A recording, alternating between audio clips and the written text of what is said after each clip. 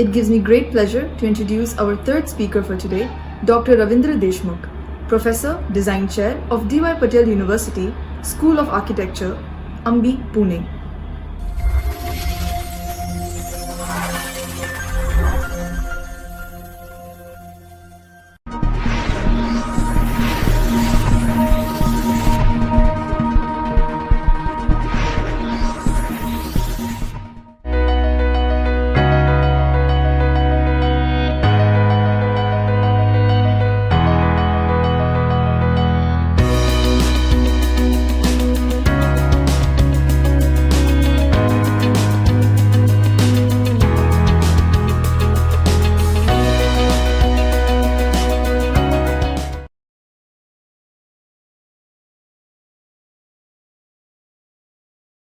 Ladies and gentlemen,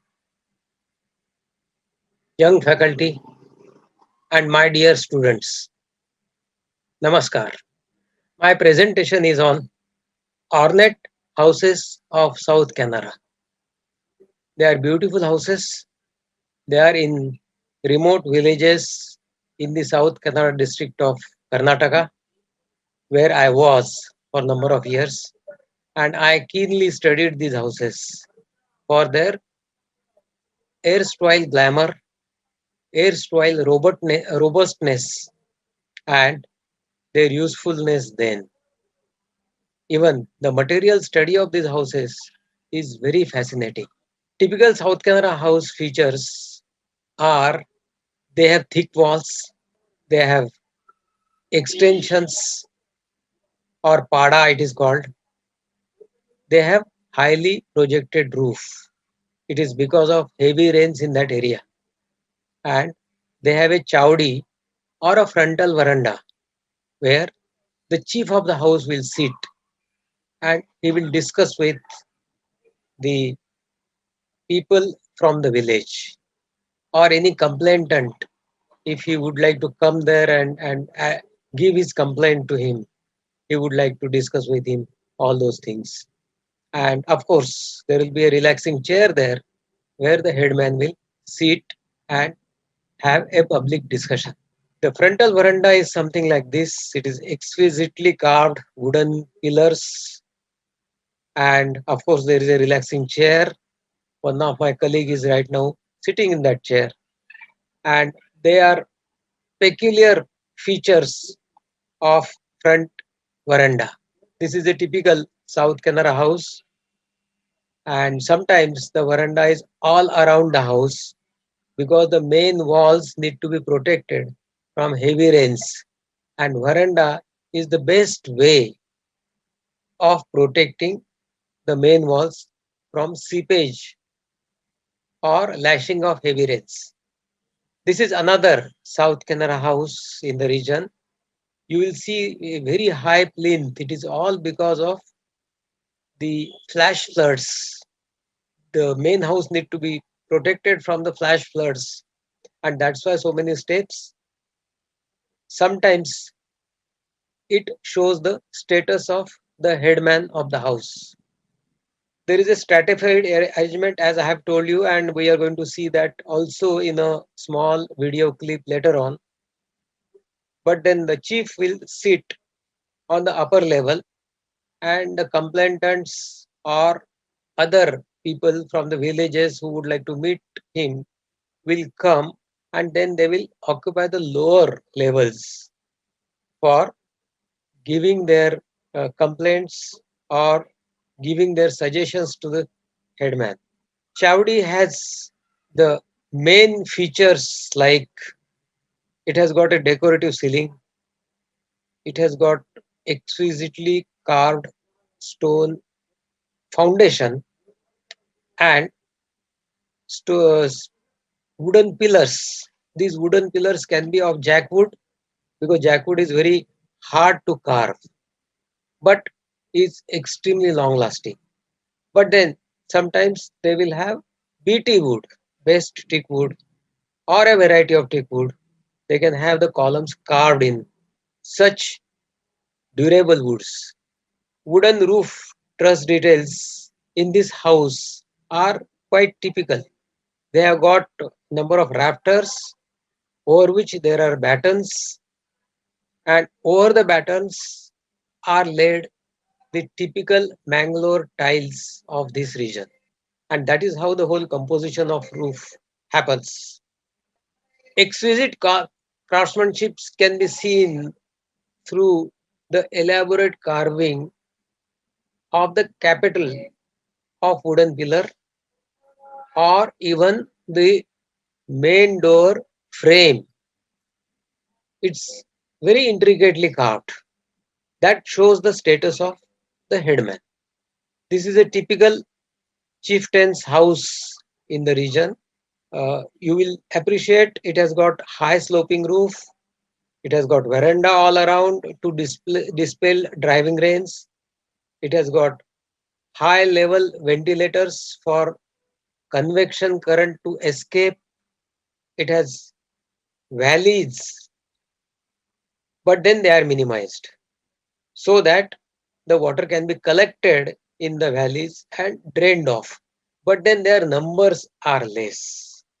Only at the junction of the projected canopy for entrance, you will find some valley.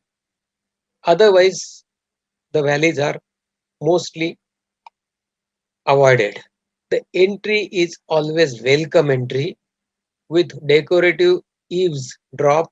The entry invariably will have potted landscaping to enhance its welcoming nature, and security features like grill and door. They are additions. They are later on. The original house won't have these things. These are all the later on modifications. The courtyard. The courtyard is very central to all South Canara houses. Beautifully carved pillars, as I have told you before, of jackwood or maybe of teak wood. Then trellis work at upper level show the local craftsmanship. The right side picture is of Kunjur house, which was in disarray at that time. Lot of snakes were inside when we went there to see this house from inside, because the house later on needed to be shifted to an appropriate place. I will talk about that little later. But then this is the status of the house when we went there to visit in deep village inside in the interior of South Canara region. So from there it has to be shifted to a better place where it can be maintained for longer period of time. The yearly produce, because most of these houses will have farmlands all around, and the house would be sitting somewhere near the farmland. So lot of agricultural produce will come. Some of the agricultural produce will be used for their daily food for cooking purpose. So such yearly produce is stored at a upper level exactly above the kitchen in such a way on a grated platform that the heat of the kitchen percolates inside at the first floor level, and this store is kept quite warm so that no fungus can develop in the grains, no insects can develop in the grain, because lot of smoke also will percolate at the time of cooking. Because of the smoky nature of the store, all insects will die, no insect will remain there, and the agricultural produce which is kept there as a store for the purpose of cooking will last much longer time. As I have told you, the courtyard is very central to the South Canara house. This is a typical courtyard. You can clearly see that there is a Tulsi Katte in the courtyard, which is again very important aspect, religious aspect of South Canara houses. There should be a Tulsi Katte in every courtyard of a traditional South Canara house. And of course, the roof is highly sloping so that whenever there are rains, and the rains are pretty heavy, such courtyards are used for multitude of activities like drying chilies, festivities, etc. And as I've told you, during heavy rains, it protects the interiors from inclement weather. You can imagine about 3000 millimeter of rain every year it experiences. It is the second highest after Cherrapunji, which is the heaviest rain region of India. The second one is this region, South Kannada region. So fungus is a very common aspect, and the building materials are used depending upon all these inclement aspects, and what would be more beneficial, more appropriate in this region. The material selection is done that way. This is a typical South Canara house. This is Chowdi, and you can see the stepped arrangement in the Chowdi. It's a very interesting way of stratification for people to come occupy their seats. The chief sits on a very decorative chair or sometimes on a jhula to listen to the complaints and give his or her opinion, or sometimes a verdict which can be followed, which can be accepted in the society. Very decorative kind of columns made out of jackwood. They adorn the frontal chowdi or the frontal veranda of the house. The main door inside the house from the chowdi is highly decorated, and the entire carving is in teak wood. The locking arrangement, especially, is of very unique way. There are no hinges, remember, and the locking arrangement is a double secured wooden lock, which is very interesting. The courtyard is square or sometimes rectangular, and number of activities can take place in the courtyard. But now they're all empty, and the owners have not in the same place. Somebody else is looking after such houses. The courtyard also can be used for drying grains or for playing purpose, for some cultural events, and so on and so forth. The chowdi or frontal veranda, as we have seen in the clip also earlier, and now in this, is very typical. Once I had gone around seeing some of the South Canara houses along with architect Charles Correa, and he made a very interesting observation. He said that the typical houses of South Canara, the elevation is the elevation of a veranda, because the veranda covers almost about 80 to 90% of the front elevation of a house. So they are nothing but the elevations of veranda and not the elevation of the actual house. That is the characteristic of the houses here. This is the Kunjur house. We had shifted this house on the request of the agency that wanted to shift this house to Manipal from the interior area of South Kannada district. So we labeled all the parts, we dismantled all the parts, and then according to the labeling and coding, these components were shifted one by one to a safe and better location and re-erected once again. So this is a re-erected house, which is Kunjur house, and this is the reconstructed courtyard of the same house at a better place, which is Hasta Shilpa Heritage Village in Manipal.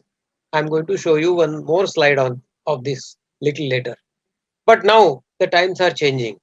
Although the courtyard is very central to the heart of the local people, you will find when the new designs emerge, the courtyards are there for light and ventilation, but they have a different purpose. In addition to light and ventilation, it is used for casual sitting, it is used for chat, it's not used for anymore for drying green chilies and agricultural produce.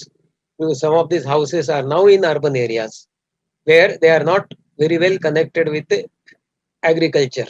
So the courtyard remains, but the use changed.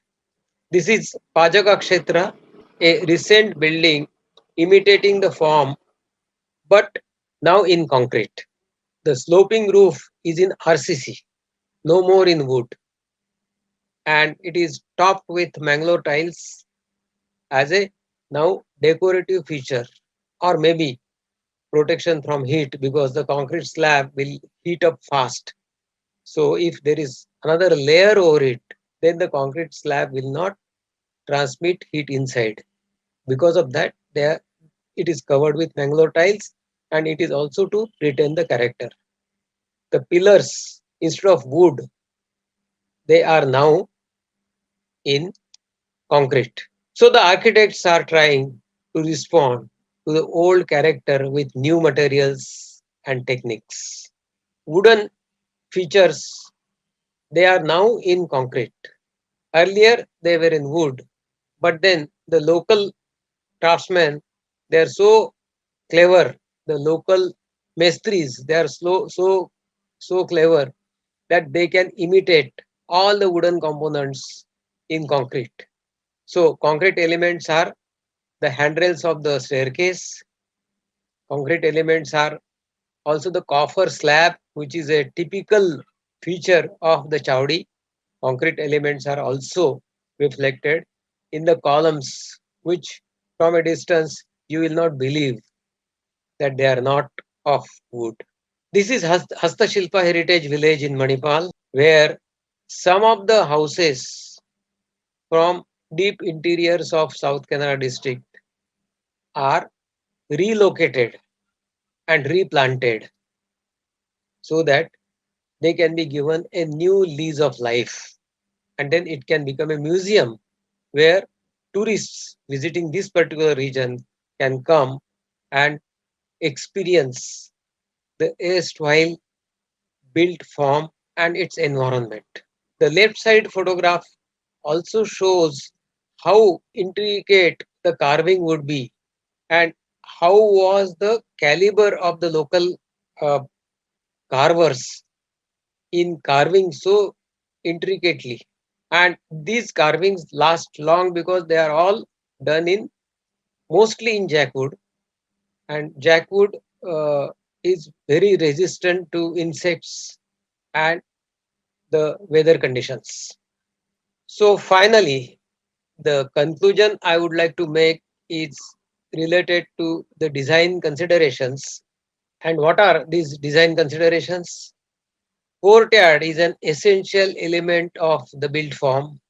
Elaborate and tiered frontal veranda or chowdi has direct bearing on social status. Laterite material for walls, which is very common in that area. Granite stone, again very common feature of that area. For foundation, because flash floods, laterite will not stand or bricks will not stand. So the foundation has to be in granite stone for firm foundation and for protecting it from the heavy rains. Pillars are also at times of granite, uh, sometimes for the South Kannada houses, sometimes for public buildings like temples in the region.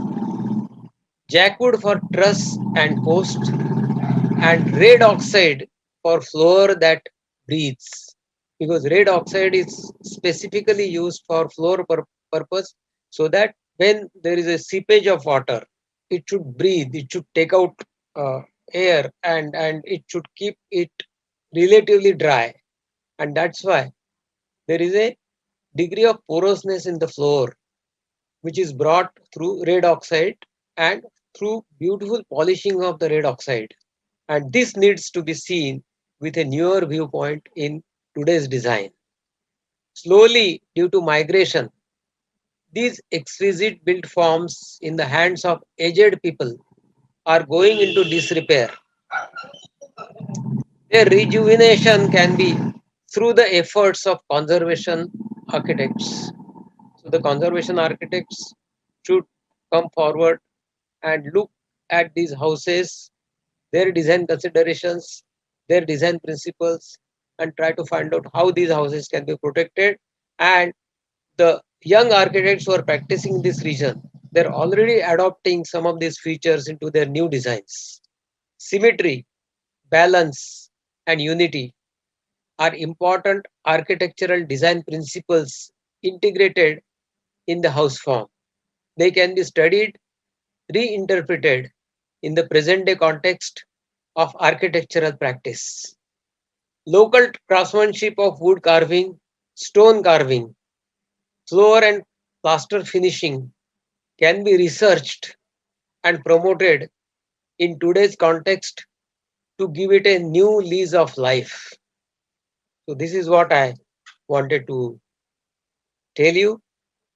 Such heritage structures need patronage, they need research, and findings of the research can go back to the society for the societal development, for protection of the house forms, for bringing out new materials, new techniques based on the old principles and the old material composition, and what need to be added to this so that the composition is still better in today's context. All these things need to be researched properly, and architects and designers can investigate into materials and techniques for the benefit of present day use. So, this is all about the ornamental South Canara houses. They are exquisite. They have been there for the last more than 500 years at number of places, and mainly they are related to the farmland around. But now the architectural concepts and the principles of these houses are also being used by the local architects in urban cities like Udupi, Manipal, Mangalore, and other cities.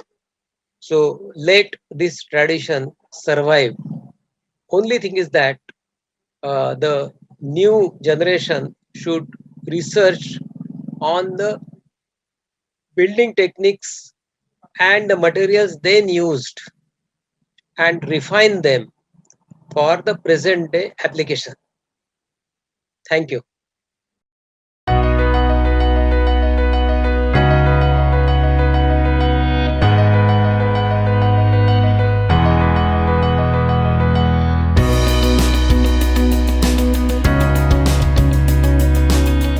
Thank you, Dr. Ravindra Deshmukh, for a wonderful presentation. We would now take a short break to play our sponsor's video, and we'll be back with our next speaker. Ultratech Lightcon is lightweight, smart filler concrete used as a filling and leveling material. Ultratech Lightcon has been awarded Green Pro certification product by Green Products and Service Council. Benefits to end customer. First, no mechanical vibrators are used, so it saves cost. Second, it provides excellent sound insulation, which help create spaces where sound from neighboring rooms do not create disturbance. Third, it is fire resistant. It can reduce damage to structure in case of fire. Fourth, long-lasting roofs of structure as it is lightweight concrete. Fifth, heat insulation, hence can help reduce the electricity bill by keeping the area cooler. Sixth, it can be used as a leveling course without adding dead weight, thus ensuring good working surface. Benefits to the applicator and technical influencer. First, Ultratech Lightcon possesses excellent workability and can be placed in any desired shape, so applicators can use it in various shapes. Second, the process of application is easier as it is easy to handle and easy to spread. Third, this concrete has better fire resistance, excellent heat and sound insulation, thus giving the applicator talking points to charge premium and be able to technically provide solutions to the needs of his customers, making him seen as an expert. Fourth, it allows easy handling at the time of placement.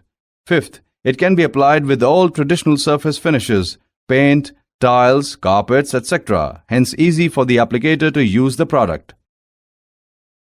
Ultratech Lightcon is lightweight smart filler concrete used as a filling and leveling material, thereby reducing the dead load on structure and provides ease of placement. Let's learn about its application process.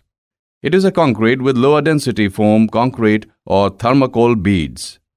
The concrete is delivered to site using both transit mixers or buckets as per the requirement of the customer. Since Ultratech Lightcon is typically used as a filler material and on roofs, it is advisable that proper planning is made to transport the concrete from delivery point, from the transit mixer to the point of placement. Normally it is done manually. However, in case of larger pore sizes, pumping may be performed. Lightcon can be easily spread and leveled with least amount of efforts. Lightcon hardens in about 24 to 36 hours so as to allow people to walk over it.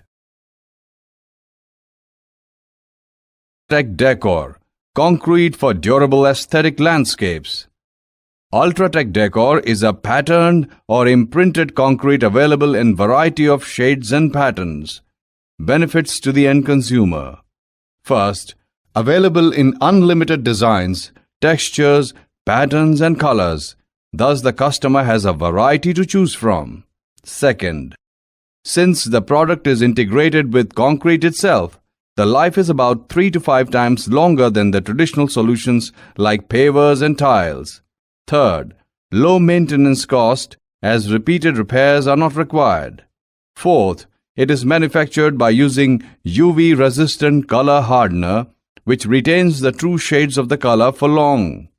Fifth, along with good appearance, the product also gives skid and abrasion resistance, thus useful for application in areas of high traffic or areas where kids, elders, patients access frequently. Sixth, faster work as it enables speedy construction. Benefits to the applicator and technical influencer. First, enables speedy construction, so applicators can finish faster and take other projects. Second, low after-sales service as it has monolithic, which do not allow grass to grow through gaps. Third, contractor need not worry about performance as it is manufactured by using UV-resistant color. Let's learn about its application process. The concrete shall be laid on a properly prepared non-porous surface. Ultratech Decor is delivered to sites in transit mixers of 5 to 6 cubic meter capacity. At site, after laying and leveling of concrete on the required floors, the designated Ultratech applicators sprinkle color hardeners on top of the wet concrete surface. After sprinkling of hardeners, the concrete surface is troweled to ensure uniform monolithic coloring of the floors. Thereafter, the concrete surface is imprinted as per selected design using stamping mats. After hardening of concrete, joint cutting. At appropriate interval after hardening of concrete, joints are cut at designated distances, and sealing is done to ensure crack-free and properly protected aesthetic Ultratech Decor.